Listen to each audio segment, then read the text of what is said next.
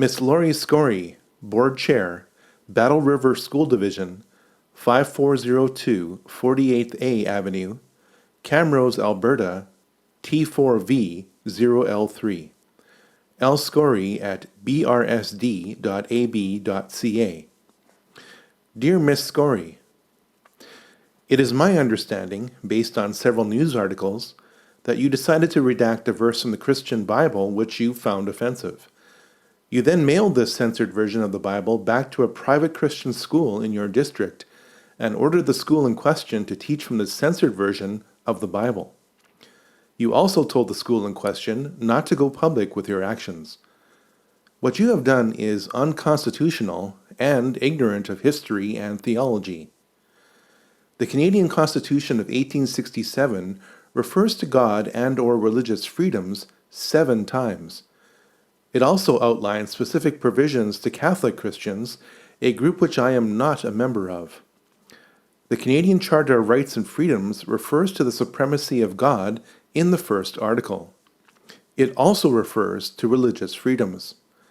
Perhaps you may wish to read the entire Constitution in light of Canadian history to discover that these provisions were necessary to unite Canada in the first place.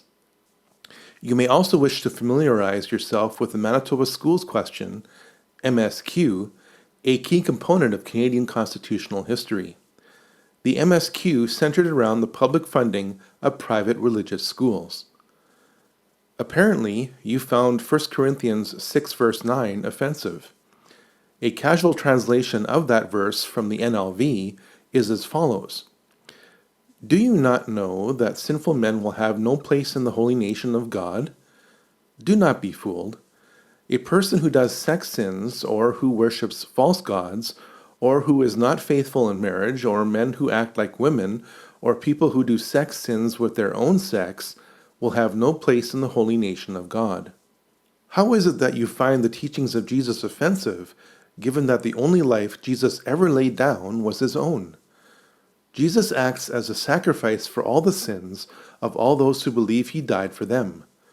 If this unique and remarkably gracious idea offends you, then according to Christian theology, you will only get what you want when you leave this mortal coil: complete separation from God. This level of existence is called hell. History has seen small tastes of hell on earth in the form of atheistic cultural Marxism that killed over 100 million souls over the past 100 plus years in Russia, China, and a host of other countries. It appears that atheism is the most intolerant religion of all. If you really dig, you will find a high correlation between the religion of Luciferianism and cultural Marxism. I would direct you to discover the complete text of the poem Pale Maiden, written by Karl Marx, excerpted here.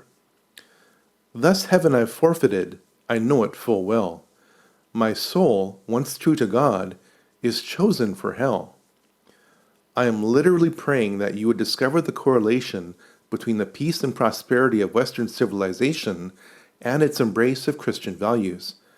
The Marxist Luciferian do what thou wilt alternative is madness, especially as it continues to embrace Islam. You may discover this now as you have created an international spectacle, or when you are up for re-election to the school board.